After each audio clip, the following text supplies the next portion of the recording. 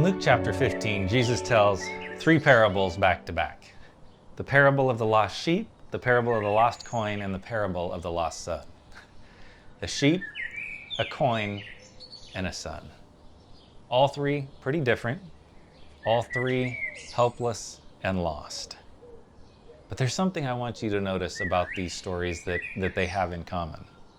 At the end of each story, something is found. The coin is found, or the sheep is found in the first story. Jesus says when it comes to the end and the sheep is found, the shepherd calls out to his neighbors and friends and says, "Come and rejoice with me, for I have found my sheep which was lost." I say to you that likewise there will be more joy in heaven over one sinner who repents than over 99 just persons who need no repentance. A woman loses her coin. She finally finds it after tearing her whole house apart. And at the end, she finds it, she calls to her neighbors and friends and says, "Rejoice with me." Jesus says, "Likewise, I say to you, there is joy in the presence of the angels of God over one sinner who repents." The parable of the lost son.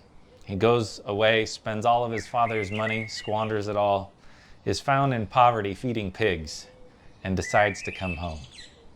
He comes home, and at the end of the story, his father throws a feast.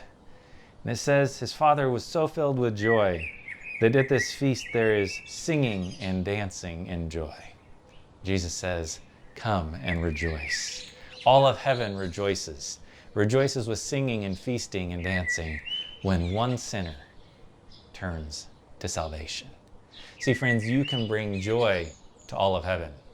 When you turn and accept Jesus' gift of salvation, all of heaven joins in a grand celebration. It's kind of cool to think of heaven rejoicing over you and me today. So let that joy fill your heart. Let it inspire you, not only to accept Jesus, but to share that joy with those around you.